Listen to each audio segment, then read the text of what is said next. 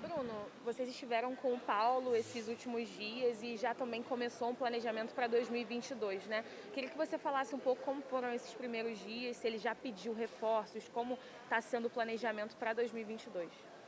Olha, foram dias de muito trabalho, eles continuam. É, dia a dia, com todo o meio digital, hoje facilita muito, né? Então a gente apresentou a infraestrutura, a estrutura, as pessoas, para ele entender os processos do Flamengo, o que o Flamengo tem de estrutura, o elenco. E dali já começaram a haver reuniões de trabalho para planejar 2022, conhecer o calendário, que é um calendário muito duro, diferente da Europa, então mas ele já tem conhecimento do calendário, planejar a pré-temporada, os exames, as avaliações e a periodização ao longo do ano. Obviamente que a gente também falou de elenco, ele já até deu entrevista, na própria apresentação dele tem uma entrevista ele falando do elenco, que conta com todos, que é um elenco fortíssimo, e é um trabalho normal que a gente vem fazendo a cada janela, de tentar qualificar um pouquinho o elenco a cada janela que passa. Essa janela aí não vai ser diferente. Bruno, aqui chamou muita atenção a vontade do Paulo em fazer parte do projeto, né? Mesmo tendo a oportunidade de disputar uma Copa do Mundo, que a Polônia ainda tem essa chance, de largar isso para assumir o Flamengo, de se colocar à disposição para resolver a situação dele lá com a seleção. Isso também pesou para vocês? Eu queria que você falasse assim, o que impressionou muito desde a primeira conversa com ele quando vocês chegaram lá.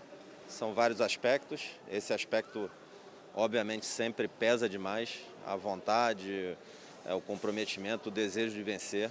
Então ele tem a plena consciência da grandeza da nação rubro-negra, a maior torcida do mundo, é um dos maiores clubes do mundo, o Flamengo. Ele tem o conhecimento da grandeza e da necessidade do Flamengo vencer a cada jogo, de ser um clube de vitórias, de títulos, e que é uma pressão natural e normal para um clube desse tamanho. Então, e a vontade dele fazer parte disso, liderar o processo como treinador, óbvio que conta demais. Desde do primeiro contato, da primeira conversa, isso ficou muito claro, do conhecimento dele sobre a instituição, do tamanho da nação rubro-negra e da obrigação que o Flamengo tem de estar sempre vencendo. Isso está no DNA do Flamengo, está no DNA dele também, desde que foi atleta. Então essa é uma coisa intrínseca dele, essa vontade de vencer, e isso óbvio que conta muito. E aí tem todos os outros aspectos técnicos de ideia de jogo, a comissão técnica dele muito completa, isso é importante. Ninguém trabalha sozinho, ninguém realiza nada sozinho. Ele tem a consciência, os processos muito claros e definidos, método. Então, assim, é uma conversa muito ampla, que dá para a gente ficar horas aqui falando, mas a gente está muito seguro, muito confiante na escolha que a gente fez por todos esses aspectos. Bruno, também já teve uma saída, né, por conta até mesmo da comissão técnica do Paulo que vem, é uma comissão, vamos dizer, grande, né, e já teve também uma saída. Terão mais saídas quando também o técnico chegar? Olha, isso é o que a gente falou desde o início, acho que quando acabou o campeonato.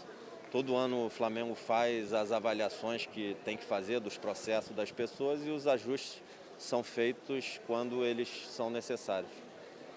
Obviamente, o Wagner, que é o preparador de goleiro, a gente é muito grato a ele. O treinador veio com o preparador de goleiro, essa é a saída aí que você está falando e que é natural nesse processo. Acho que eu sei que é uma página virada, mas acho que é importante a gente falar sobre isso, que eu teve dois momentos aqui, né, pra gente que teve aqui. Um momento de muita euforia do torcedor imaginando que ainda podia sonhar com o Jorge Jesus, e depois um momento de frustração quando viram que ele acabou saindo dias depois do Flamengo confirmar um novo treinador, e aí começou a se especular a presença dele no Atlético Mineiro, negociando, enfim, queria saber de vocês, assim, a sensação que ficou durante todo esse processo, na oportunidade que vocês tiveram de ter contato com ele, e como foi para vocês também, né? Porque eu acho que tem os dois lados e aí fica parecendo às vezes que o Flamengo não quis e acho que não é bem por aí. Eu queria que você puder explicar para a gente desse processo. Vamos lá, primeiro a gente viajou para Portugal e eventualmente, se precisasse, viajava para outros países lá na Europa para buscar um treinador com ideias de jogo compatíveis com o que o Flamengo se propõe, com o que é o DNA do Flamengo, ser um futebol ofensivo, controlando o jogo com a bola, pressionando pós-perda, enfim, uma série de aspectos definidos, que tivesse uma comissão técnica completa, processos e métodos muito bem definidos. E, enfim, treinadores da grandeza com os quais a gente falou. A gente esteve muito convicto sobre a questão do Paulo desde o início.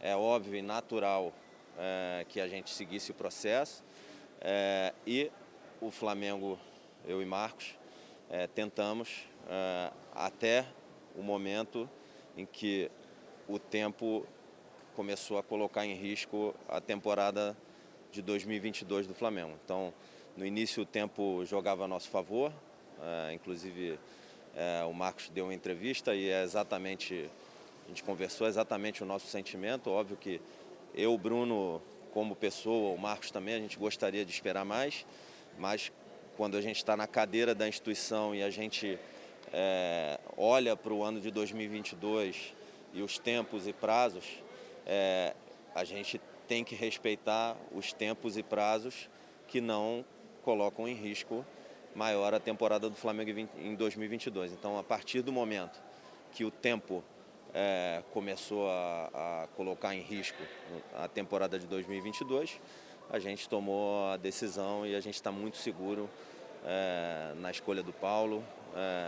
Já estamos trabalhando muito duro. O Paulo, com a sua equipe técnica, já integrado ao clube, ao Marcos, a mim, presidente, enfim, todo o staff lá do futebol. O trabalho já começou, já está sendo realizado e a gente está muito confiante para 2022. Bruno, também saiu recentemente na imprensa, agora falando sobre os jogadores, né? Saiu recentemente na imprensa sobre uma possível sondagem do Newcastle ao Gabigol, né? Queria saber se chegou alguma coisa a vocês, se realmente existe nada. E também em relação também à contratação de novos jogadores. Até perguntei para você e você falou que é normal que vocês vão ao mercado para analisar e etc. Vocês já estão negociando também jogadores que estão chegando no fim de contrato, por exemplo, no último ano? Como é que está essa saída e chegada?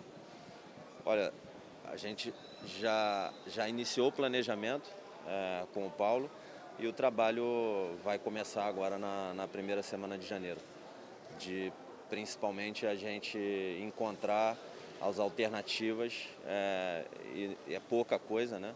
Assim, que qualifiquem o elenco. Acho que são movimentações muito pontuais para que a gente possa qualificar o elenco da forma que a gente entende que seja necessária para brigar por todos os títulos em 2022. Quando você fala de formas pontuais, né, você já tem algumas peças muito importantes que tem questão de empréstimo, né, o Kennedy, Thiago, Andréas. Isso entra nesse planejamento, né, sabendo que você já tem um grupo forte na mão? Claro, entra no planejamento também e a gente vai trabalhar para continuar com um elenco muito forte em 2022.